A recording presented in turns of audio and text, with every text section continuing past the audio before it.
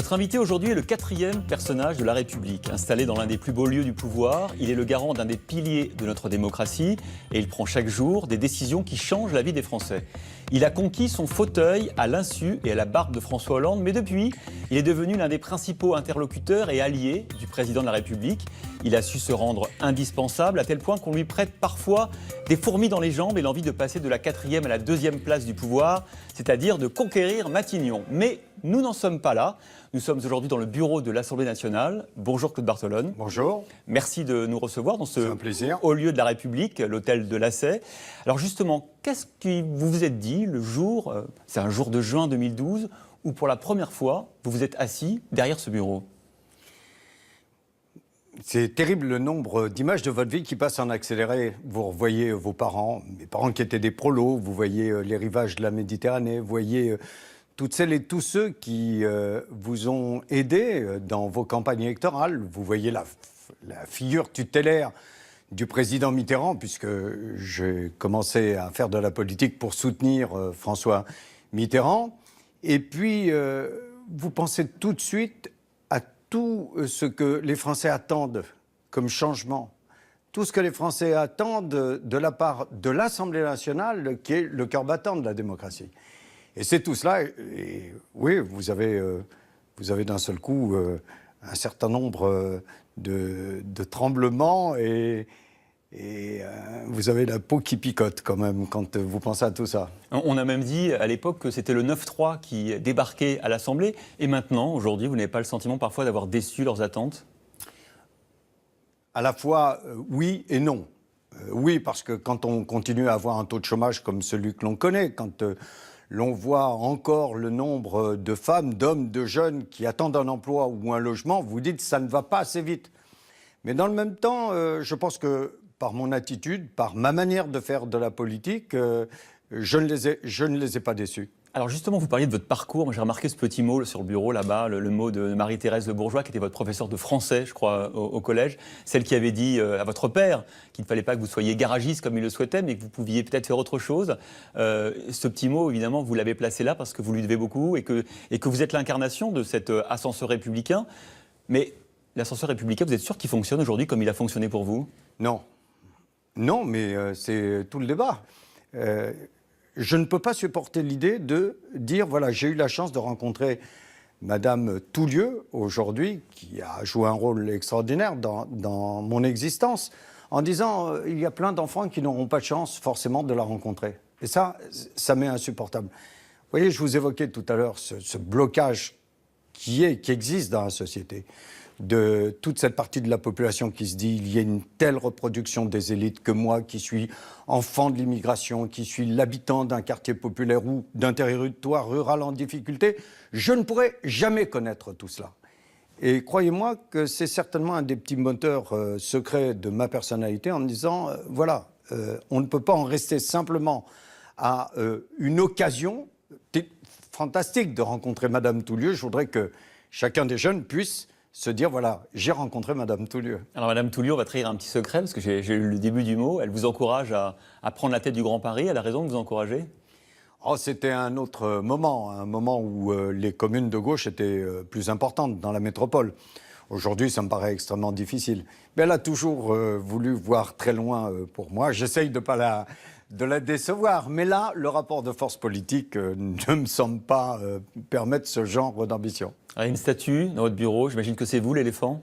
Voilà, mais ce sont mes amis qui ont tout de suite repéré le fait que les responsables au sein du Parti socialiste étaient surnommés des éléphants. Donc j'en ai un ici à l'Assemblée, mais chez moi, à mon domicile, en Seine-Saint-Denis, j'en ai une collection. Dès qu'il y a un de mes amis qui va dans un pays où il y a des éléphants, j'ai le droit en retour à des éléphants, donc je les connais presque par le prénom de ceux qui me les ont offerts. En espérant être le roi des éléphants peut-être un jour.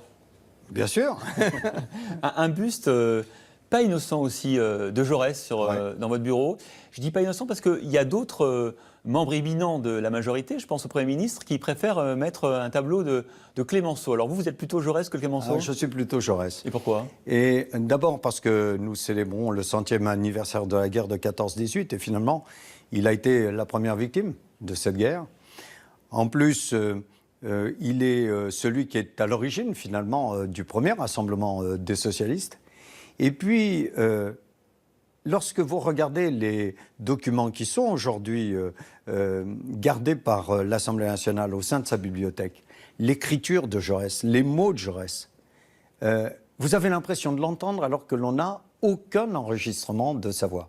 Et peut-être parce que c'est un nom qui a accompagné une partie de mon enfance, avenue Jean Jaurès, école Jean Jaurès, et parce que j'ai découvert le talent de ce tribun incroyable dont on n'a pourtant pas la voix. On a des témoignages de gens qui l'ont entendu parler.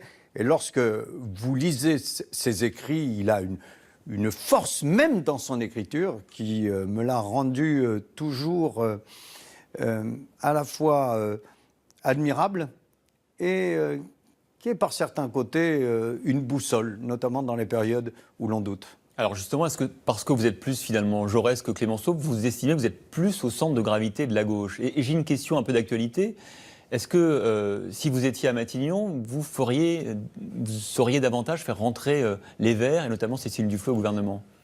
La question ne se pose pas comme ça. J'espère bien que Manuel Valls réussira à obtenir ce résultat. Pourquoi ? Parce que pour le président de la République, comme pour le Premier ministre, comme pour la gauche et pour le pays, il y a une nécessité absolue, notamment dans une période où l'extrême droite flambe, de rassembler la gauche et les écologistes. Vous savez, là c'est mon côté mitterrandien. Mitterrand nous disait toujours, d'abord rassembler les socialistes, après rassembler la gauche, et puis rassembler plus largement si cela est possible. C'est le côté Machiavel de Mitterrand. Non, pas Machiavel. Et de François Hollande. C'est pas Machiavel, c'est le côté indispensable. Un pays qui ne connaît pas le rassemblement n'est pas un pays qui connaît la confiance. S'il n'y a pas de rassemblement des socialistes, de la gauche et des écologistes, cette confiance ne s'installera pas. Alors on va tester vos connaissances écolo avec ce petit pot de miel de l'Assemblée dans votre bureau. Vous êtes aussi apiculteur ? Oui, alors nous avons 3 ruches sur le toit de l'hôtel de l'AC, comme par hasard, une bleue, une blanche et une rouge. Et nous avons commencé il y a 2 ans. C'est d'ailleurs des salariés de l'Assemblée nationale, des huissiers, des personnels de l'Assemblée nationale qui ont pris des cours pour s'occuper de nos abeilles et elles donnent du miel. Donc la récolte est bonne, le gaucho ne frappe pas les abeilles. Évidemment, je parle de l'insecticide, on a bien protégé. Et même, l'on me dit qu'elles sont très amatrices des tilleuls qui sont sur l'esplanade des Invalides. Donc ça donne à ce miel un goût un petit peu particulier. Et puis pour moi, vous voyez, Jaurès et le miel, c'est ma volonté de conjuguer dans le même temps le socialisme et l'écologie. Donc ils sont bien l'un à côté de l'autre. Une photo où l'on vous voit avec Christiane Taubira, c'était je crois au moment des débats sur le mariage pour tous. Ouais. C'est un moment fort, le plus important de votre mandat de président pour le moment ? Oui, vous ne passez pas des jours et des nuits au perchoir sans que cela vous laisse un souvenir. Et puis en plus, c'était un beau texte qui accordait des droits sans en retirer aucun. Et puis plus ça va, plus je suis heureux d'avoir cette photo avec Christiane, parce que lorsque je vois les attaques insupportables dont elle est la cible, vraiment pour un certain nombre d'entre eux, j'aimerais qu'ils me disent s'ils l'attaquent parce qu'elle est femme, s'ils l'attaquent parce qu'elle est noire, ou s'ils l'attaquent parce que justement c'est une militante de l'égalité. Selon vous, pourquoi ils l'attaquent ? Je pense qu'il y a un mélange de tout cela. Il y a un mélange de tout cela. Mais ce n'est pas normal d'entendre un élu de droite encore ce matin dire « elle aurait mieux fait de rester en Guyane ». Qu'est-ce que ça veut dire ? Qu'est-ce que ça veut dire ? Et là, vraiment, parce qu'elle est victime de tout cela, vraiment, je suis très content d'avoir cette photo avec elle dans mon bureau. Ah, il y a une photo qui m'a un peu étonné dans votre bureau, c'est celle où vous êtes avec Angela Merkel. Je croyais que vous étiez, dès le départ, un peu contre l'idée du 3% trop rigide, en tout cas, avec une application un peu trop sévère. Or, vous voyez tous les jours Angela Merkel face à votre bureau. Et vous l'aimez, finalement ? Il y a plusieurs choses. D'abord, c'était au cours de la célébration du 50e anniversaire du traité de l'Élysée, qui marquait qui scellait l'amitié franco-allemande. Et nous étions au Bundestag à Berlin. Et à la fin des différentes interventions, elle est venue me voir. C'est Ce moment Qui est saisi. que fixe la photo pour me dire, c'est vous qui avez prononcé le plus beau discours. Ah, d'accord. Et puis, vous voyez, c'est ma conception. C'est que je suis pour le débat, même la confrontation, parce que la confrontation, c'est pas la guerre. La confrontation, c'est opposer deux idées et puis, à un moment donné, réussir à passer un compromis.